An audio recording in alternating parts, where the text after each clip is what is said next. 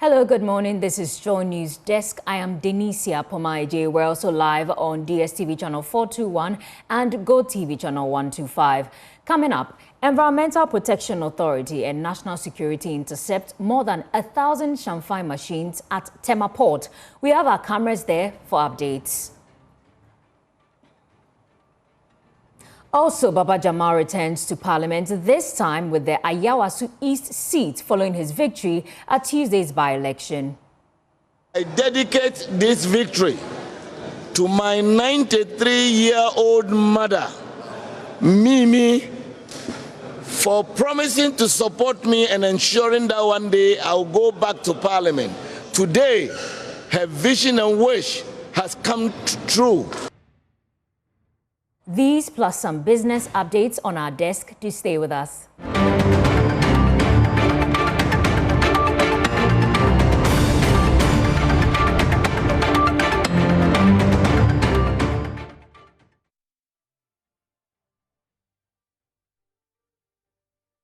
Welcome back. Thanks for staying with us on News Desk. In our very first story, the Environmental Protection Authority and National Security have intercepted more than 1,000 pieces of Chanfang machines concealed in separate containers at the Tema Port.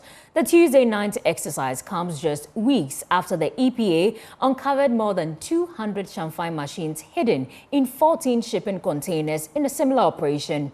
Deputy CEO of EPA, Professor Michael Ayamga, says the scale of this latest interception is alarming, particularly given that the machines were reportedly destined for mining districts across the country.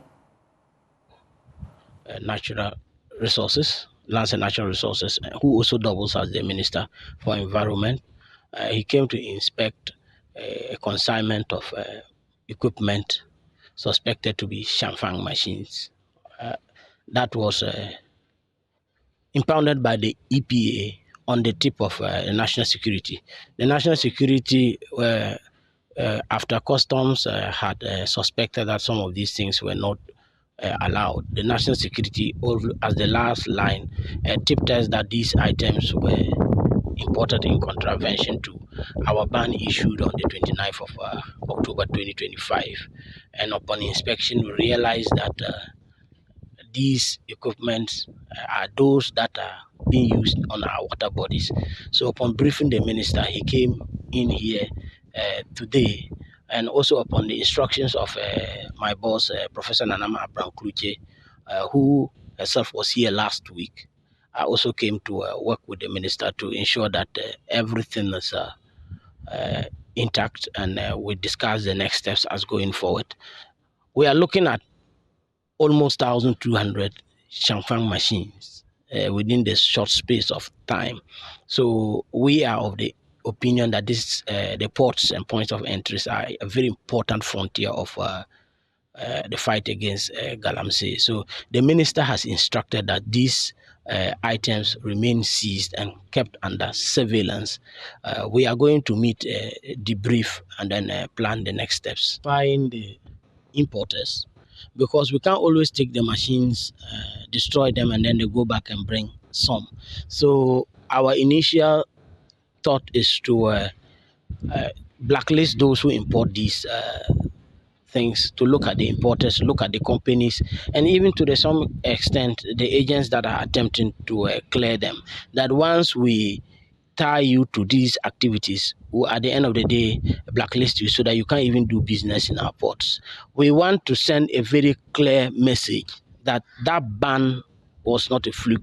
We intend to enforce it to the letter, and that is why these equipments remain seized, and we are not leaving any option off the table. If we finally realize that the only option is to destroy them, you can count on us. We'll destroy them. Well, let's get more on this from our Tema correspondent, Kwame Yanka, who joins me via Zoom. Kwame, so you were on the ground with the EPA. How did this whole exercise turn out?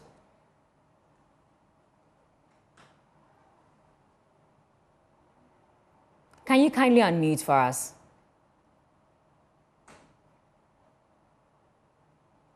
Kwame, can you hear me?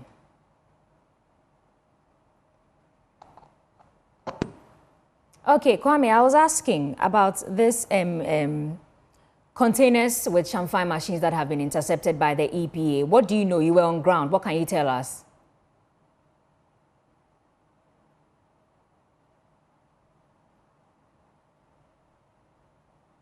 Can you hear me? You can kindly unmute so we could hear you, Kwame. Okay, I think we're having problems establishing contact with Kwame Yanka. But Kwame, can you hear me now?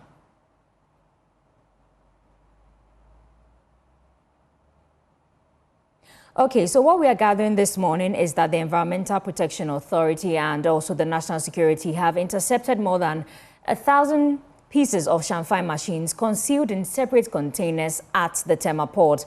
Now, this exercise was conducted Tuesday night, and it comes just weeks after the EPA uncovered more than 200 Chanfang machines. Kwame, can you hear us now, please?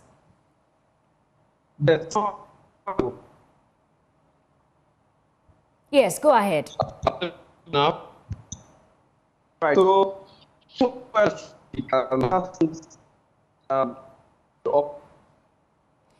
Kwame, can you kindly reposition? We're struggling to hear you.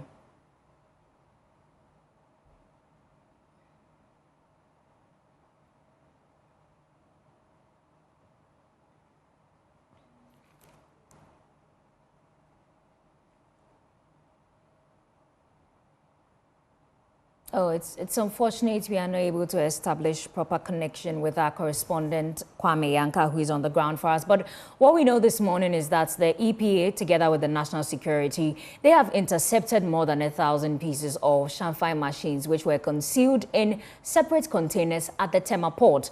Well, the Tuesday night exercise comes just weeks after the EPA uncovered more than 200 Chanfang machines that were hidden in 14 shipping containers in a similar operation. So we've re-established contact with Kwame Yanka, this time on phone. Kwame, if you can hear me, the EPA and National Security have intercepted these containers at Tema Port. You were on the ground. What can you tell us? Right. So the information I've picked up indicates that somewhere last week, Customs informed National Security that they suspect importation of the Chanfang as it were.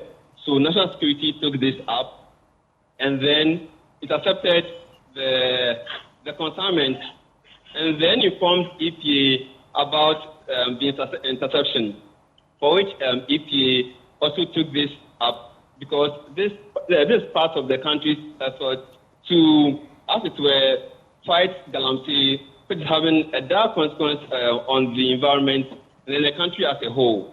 So the interagency collaboration, I understand, is going to be deepened to ensure that this nips in the bud, because they are going to go after the importers, the agents who may be clearing all these, among other players who are importing this, which has been, as it were, banned in the country from October last year.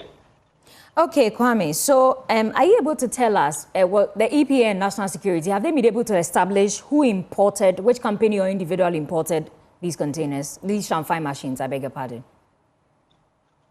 Right, so for the importers part, we understand they've not been able to nail any individual or a group of people down, but then agents who are fronting these importers are those EPA and National Security have been able to contact. But then they are pressing these agents to ensure that they're able to get who actually imported these equipment, which the country has banned from last year. Okay, so the big elephant in the room, these machines, where were they headed to? For now, it's unclear which part of the country the consignment was headed, but like I told you, they've begun investigation, and I understand they'll also even be going beyond the investigation to prosecute, because it's against the law at this point, and anyone or a group of people who are involved in this will be prosecuted.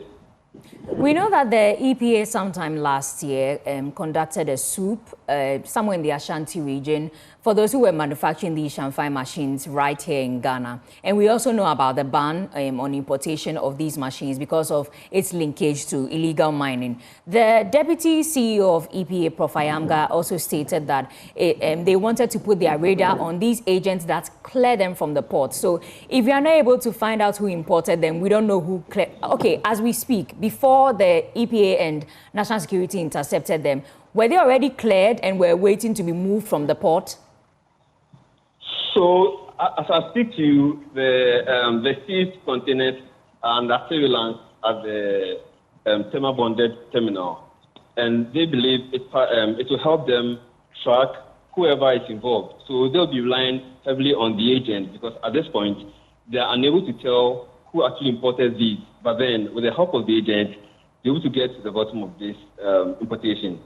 Okay, but it shouldn't be difficult establishing or locating who imported these containers, right?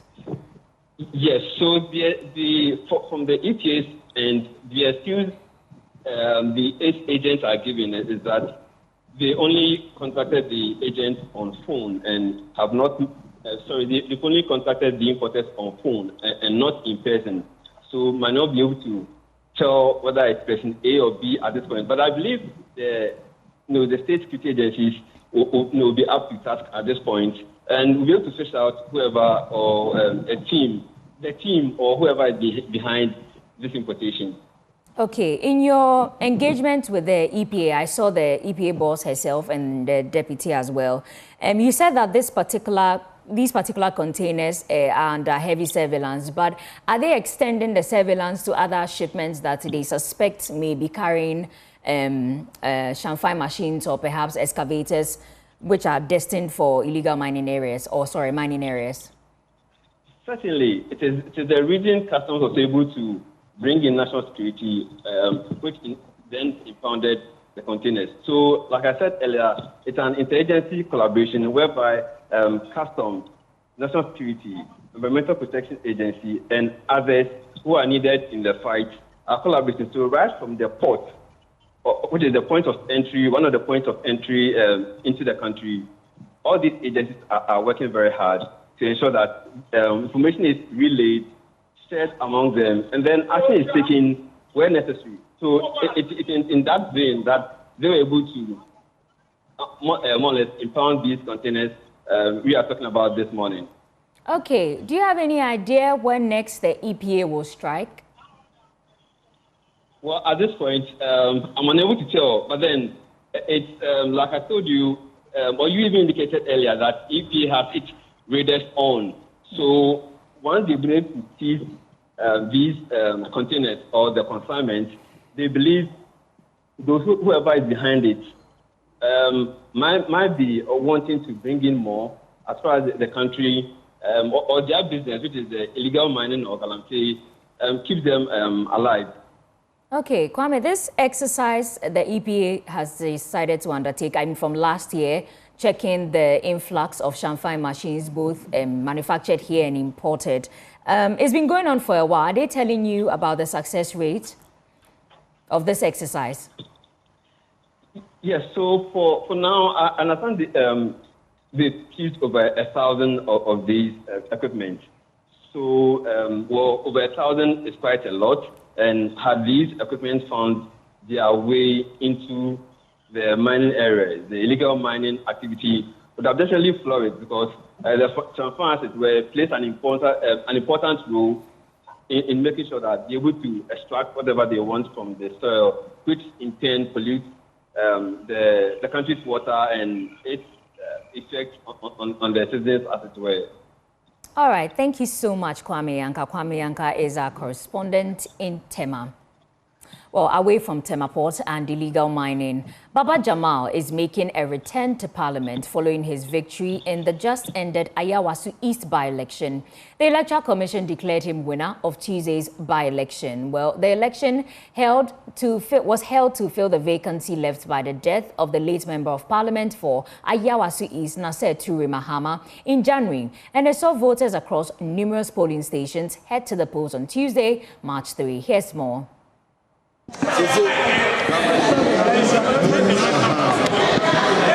Please proceed.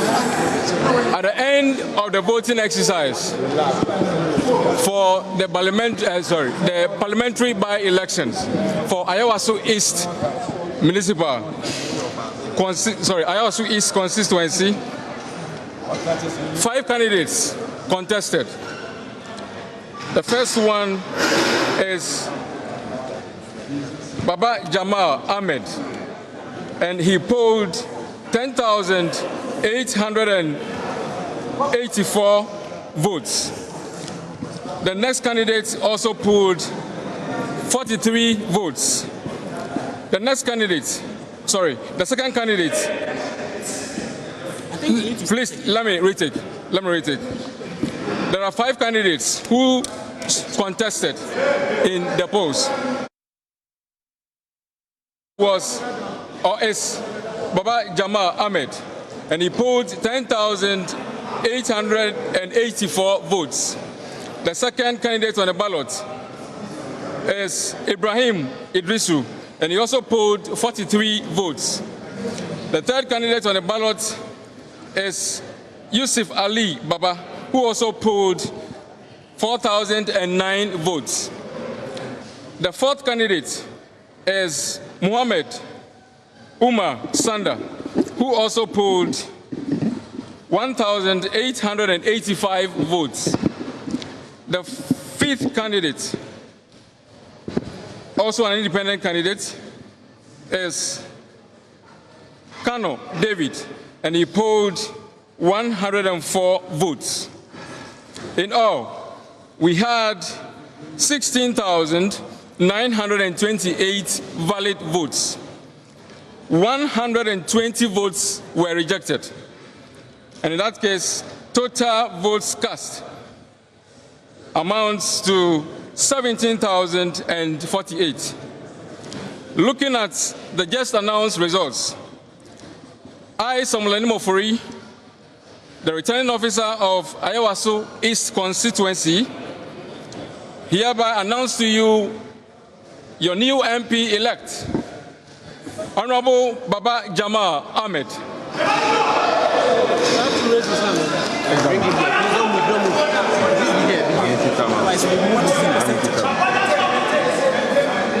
him come close to you. Don't move. Otherwise, we can celebrate.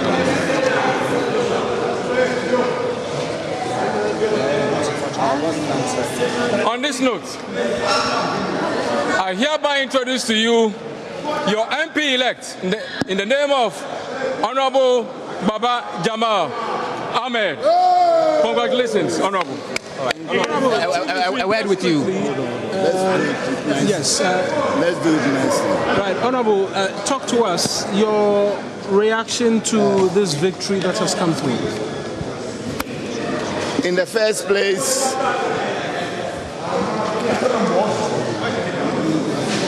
I want to thank the Almighty Allah for giving us this victory.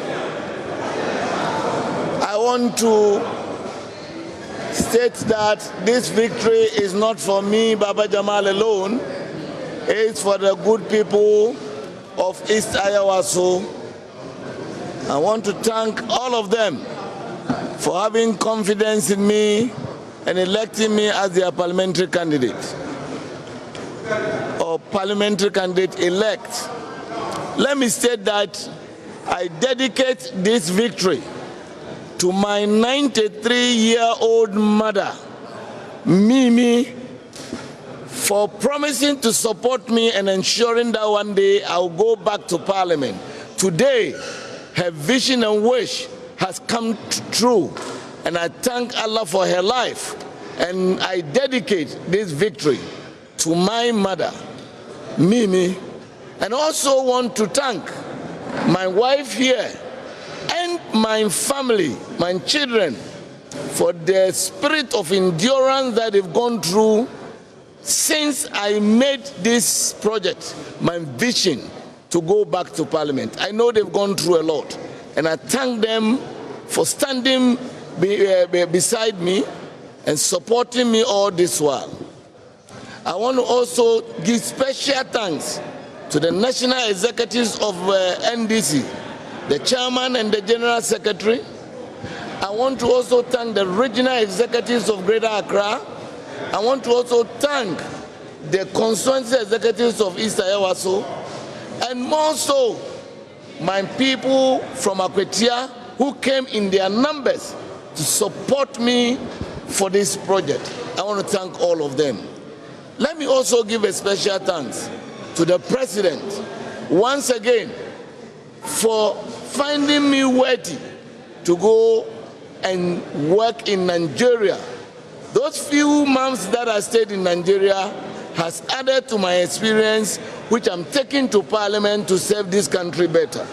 I thank the President so much, and also want to assure the people of East Ayawaso that the resetting of East Ayawaso starts now. We are going to Parliament. We are coming to reset the whole constituency and ensure that what East Ayawaso deserves comes to pass. Thank you very much, the press, for all these weeks that you have also been chasing. For all this year that the press, you have been chasing, working with us. I understand sometimes late night that you follow us. I want to thank the press for your support. And I want to believe that I'm going to form a partnership with the press as we reset East Ayawaso. We are going to work together. Please correct us when we are wrong, but please do that in a good and proper professional way. Well, that's MP-elect for Ayawaso East constituency, Baba Jamal, who won with 63% of the vote. I've been joined by Nana Kwabna Brampamensa. He's programs manager, team lead, local and urban governance, and also a security sector governance. Welcome, sir. Thanks for joining us. So before we even talk about what this victory means for the NDC and Baba Jamal himself, I want to ask you your general assessment of the polls. Well, let me take the opportunity to greet our viewers who are watching us this mid-morning and say per the indicators and the criteria we use to observe elections as independent election observers across the globe, we can't fault the elections that was held yesterday. Even though we couldn't deploy our usual cordial observers to the ground, we followed the independent analysis, the media coverage, and the news that were coming from the field. Everything did indicate that before, during, and after the voting, things worked well.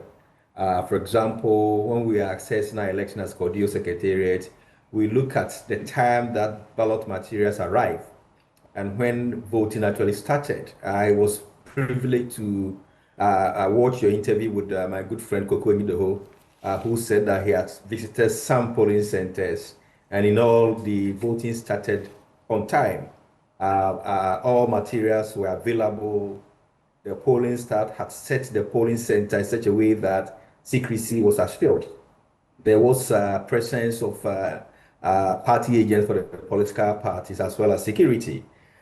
In the course of the voting, even though they reported of minimal attendance, we also did not hear any intimidation, harassment, and voting was smooth. One of the things that we've witnessed over the last 3 elections, including the by-election, is the collation time, where we see mayhem, people destroying ballot papers, ballot boxes. Unfortunately, this very election never witnessed any such incidents. So all in all, we can say as far as the credibility, the smoothness, and the peacefulness of the electoral environment was concerned, we can't fault the elections that was held yesterday. Okay, that's interesting. Mr. Rampa, let's talk about low voter turnout, because yesterday when the polls started, I think from around 10 to 12, we recorded really low numbers at the various polling stations. I recall one of the polling stations, 37 Military Daycare Center, as at 11, about just 16 to about 20 people had voted. And I want to ask your thought. How do you assess this? What does this mean, this low voter turnout for by-elections?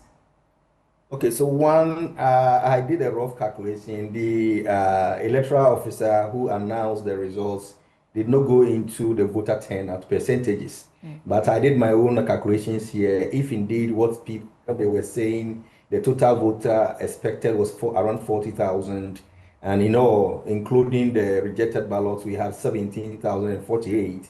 Then it means the turnout was around 43%, which is 42.62%.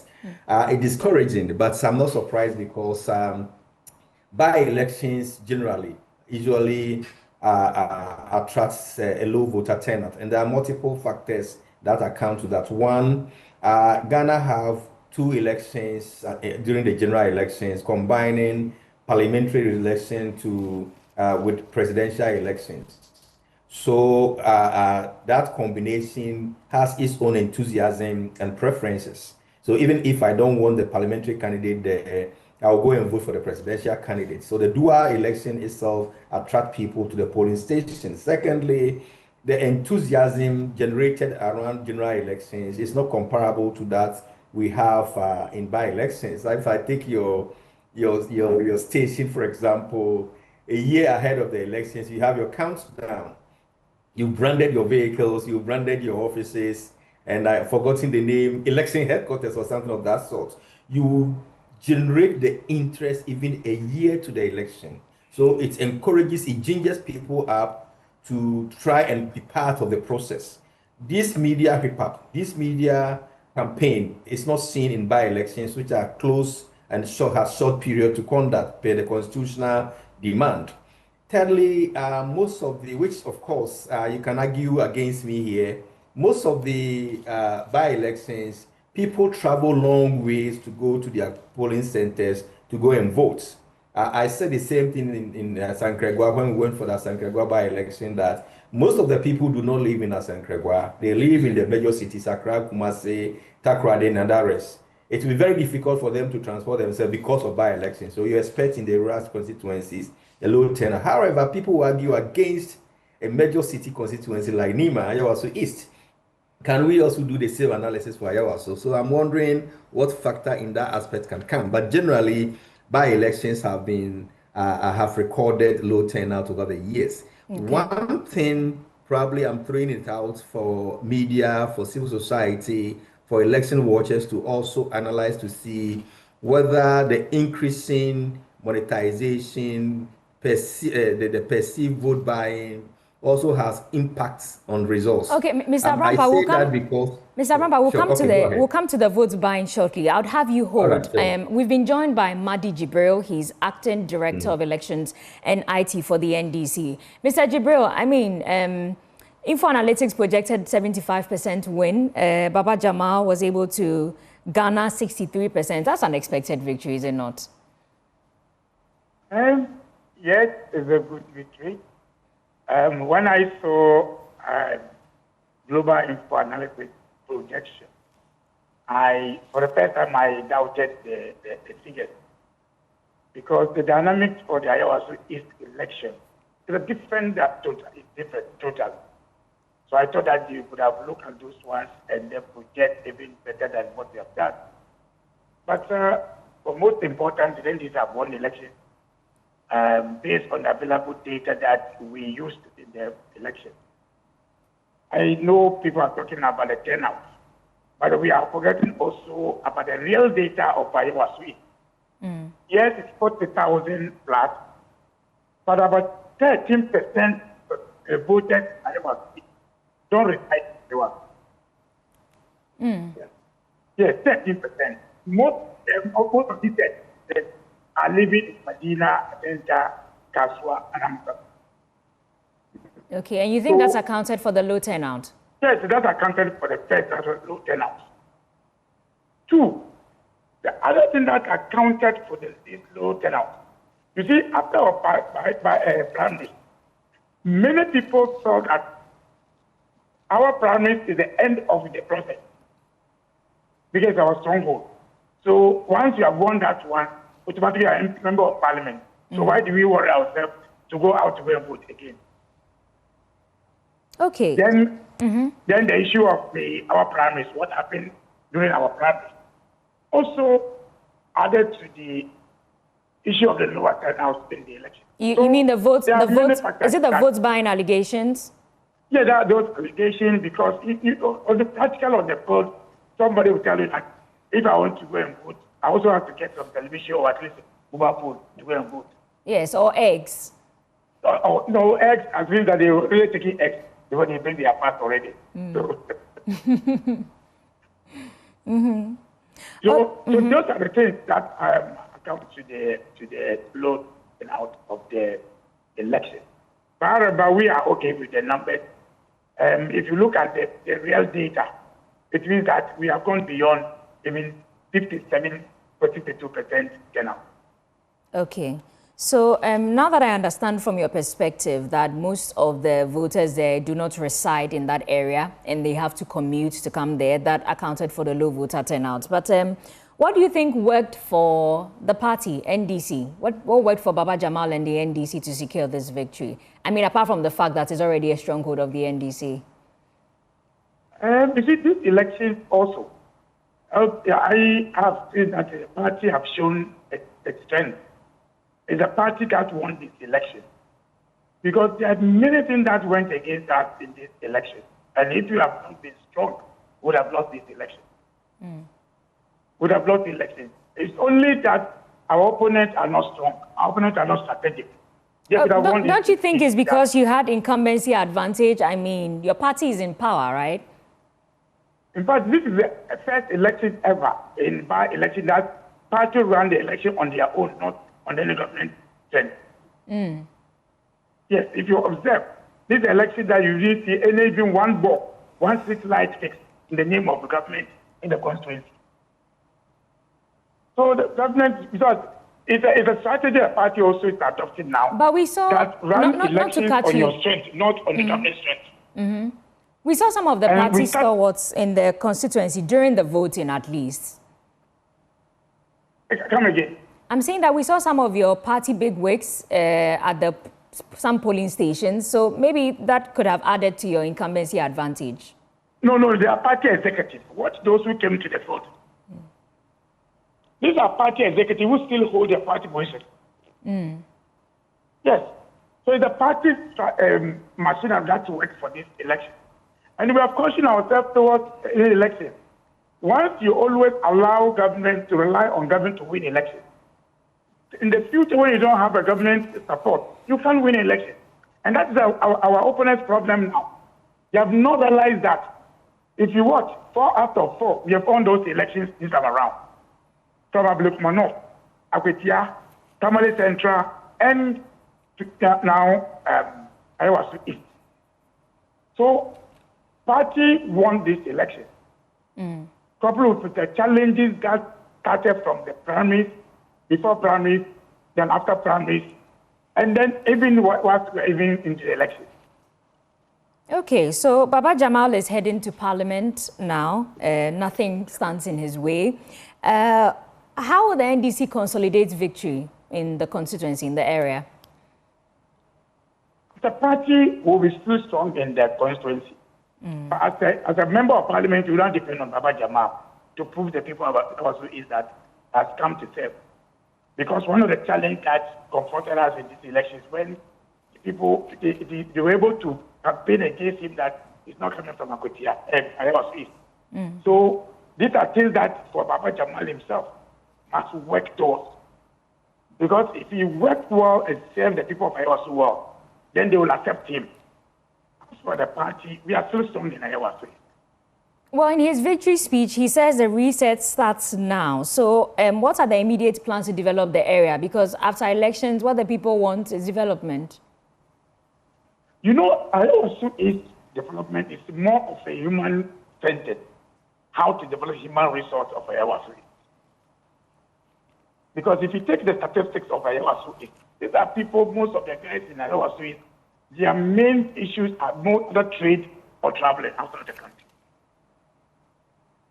Okay. So it's about the human resource, human development, the human resource in Ayawaso. And I believe that is what will be the focus in Ayawaso. And you believe Baba Jamal is the man that can execute it? I believe strongly that Baba Jamal can do that. Right. Thank you so much for joining us. That was Madi Jibril. He's Acting Director of Elections and IT for the NDC. And we come back to Mr. Abraham Pamenta. Thank you so much for holding. So we were on the low patronage, right? You told us that your figures are telling you that about just 17 out of the expected 40,000 voted. That's accounted for some 42 to 43% voter turnout. And you dovetailed into monetization and why people generally do not patronize by-elections. We can continue from there, please. Your interviewer who just spoke also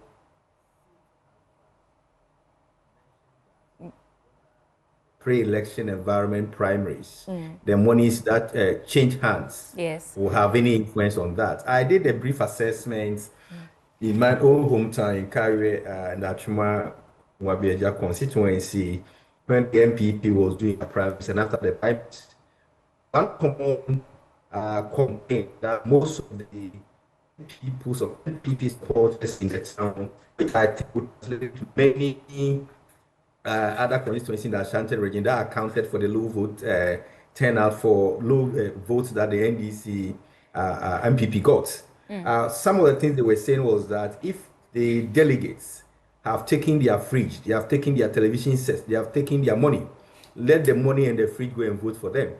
Even though they supported the MPP, they will not go and vote. And when I take my constituency alone, that's the Achuma Wabeja, the NPP lost close to 20 to 30,000 votes in that constituency alone. So it's something that I was discussing this morning to media, the CSOs, that is it also another angle to be considered for a thorough research to see whether it will have a negative impact on turnouts. Will people be angry? Will people think that if my colleague has been given something to vote and I don't have it, why do I go and stand in the sun? Yeah. So there are some of the things that I think I don't have a concrete correlation to link it to this low voter turnout, but it's something that I'm throwing it up that we should have. I was happy my colleague who spoke from the NDC side also mentioned it, that it could be. We say it could be because we have not done any study into it, but I think it's worth doing something to that effect. So there are some of the things. He also spoke about the fact that most of the people are not staying, even though they are registered to vote in the constituency, they stay far away from that. It also then adds to my point of low voter turnout in rural constituencies. But even here, it's a state constituency, city constituency. It's still impacted by the distant voters whose names are in the register. So there are some of the factors. So generally, you don't expect a turnout rate in general election to match the same with the by-election based on these factors.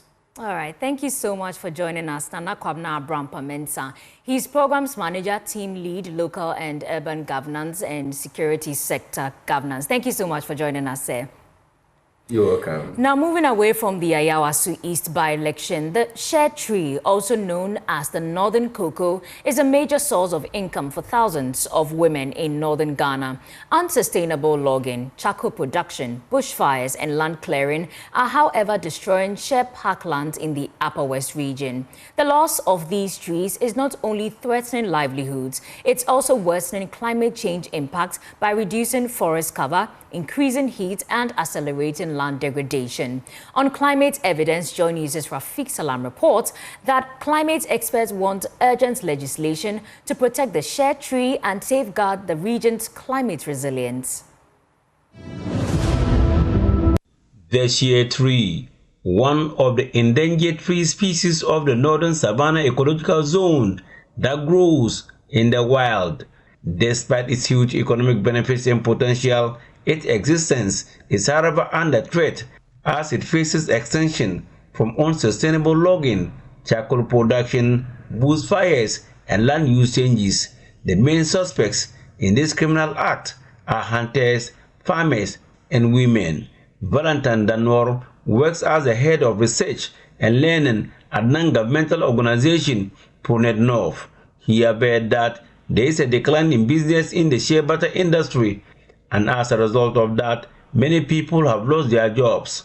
Shea gives us a lot of money. Annually, I think about $100 million that the country gets from Shea. It's a global industry that actually is worth about $2.75 billion. And so an industry like that is very important to us. Acting Ayawaso Regional Director of the Environmental Protection Authority, Jonathan Pierako, equally is not happy about the wanton destruction of the shea and other economic trees. As they burn the trees, the younger shrubs and those that are not able to survive it, they will die. And at the end of the year, if you see the population of younger trees that probably could have been grown to bigger trees will be dried up, and our women will go and harvest it and go and make their heaps at home. So we take what we want to use it, and minimize the unnecessary felling. A typical example is here at Peri. Years ago, this facility is owned by Sumbawera shea butter processors. It used to be filled to the rafters with energetic women busy preparing shea butter. The narrative today, however, is different. We are not getting the nuts like the first time. The first time we can get 2 or 3 bags, but now, because they are cutting the trees, you get 2 or 1. But because of the cutting of the trees, if we find how to get rain to sow is a problem. That's it. That's affecting. That's part of the climate change. Sule Musa calls for stringent measures to put a stop to the cutting of shea tree for economic purposes. If I go and tell someone, don't cut the trees, the person will tell me that I haven't got the right to tell him to stop cutting. But when we put bad laws on it, and even the police are sitting down, seeing people with Motor King cutting the trees to market, but they don't seize them. So just like government came up with a regulation to stop the felling of rosewood, we can do the same for shea. These are economic trees that we want to keep. So we did that for rosewood, and we know that it was a battle. In why here we had attended many meetings where issues of rosewood came up, where people accused chiefs, others accused politicians, but all the same, eventually we were able to curtail the felling of rosewood. I bumped into these women who are busily manually producing shea butter in an old jaded shed. We were almost at the final stage of producing the shea butter when we arrived. The shed is located just at the entrance of a shea butter mill owned by Said Abdullahi Famana. Growing up, the production of shea butter has been the preserve of our mothers. So anybody who is cutting down a shea tree is akin to killing a fellow human. It should not be allowed to go scot-free, he said. Important for Joy News, Rafik Salam. Wow. This story is brought to you by Joy News in partnership with CDKN Ghana, University of Ghana Center for Climate Change and Sustainability Studies, with funding from Claire R4I Opportunities Fund. We'll take a quick break here on News Desk. We'll bring you some business news right after this breather.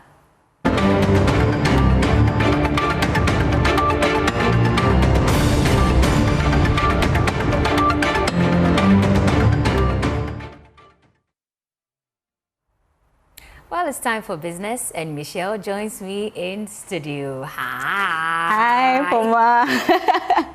Good morning to you. Good morning. You're looking amazing as always. Oh, thank you. Okay. I'm shy. Oh, how?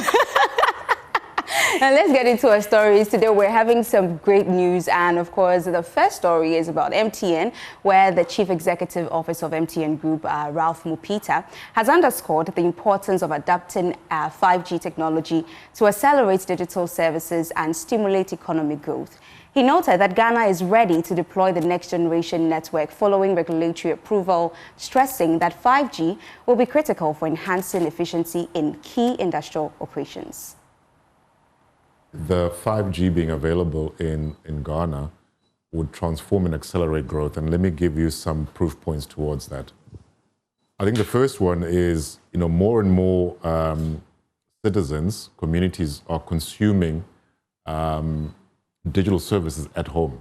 It's a very efficient when you bring in, let's say, 700 megahertz spectrum or 3500 megahertz spectrum together for what's called fixed wireless access at home. So you come home, there are these digital services that are available, and maybe it's simply work from home, it's gaming solutions, it's entertainment.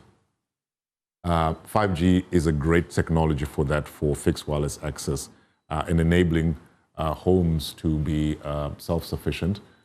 We've seen 5G work for mining. Okay, in South Africa and Zambia, we've trialed 5G private networks that enable mines to be a lot more efficient.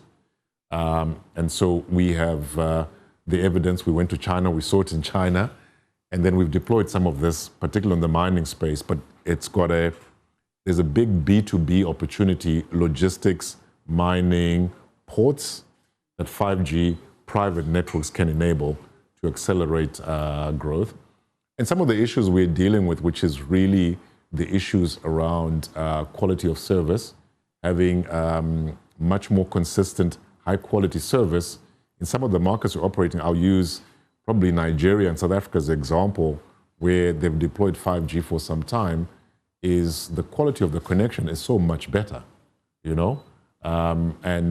So I think there are real tangible benefits for consumers, countries, for the country, as well as business. You know, these private network type opportunities, I think in a market like Ghana would be amazing. So it doesn't solve all problems, but I think it's a meaningful accelerator for socioeconomic development.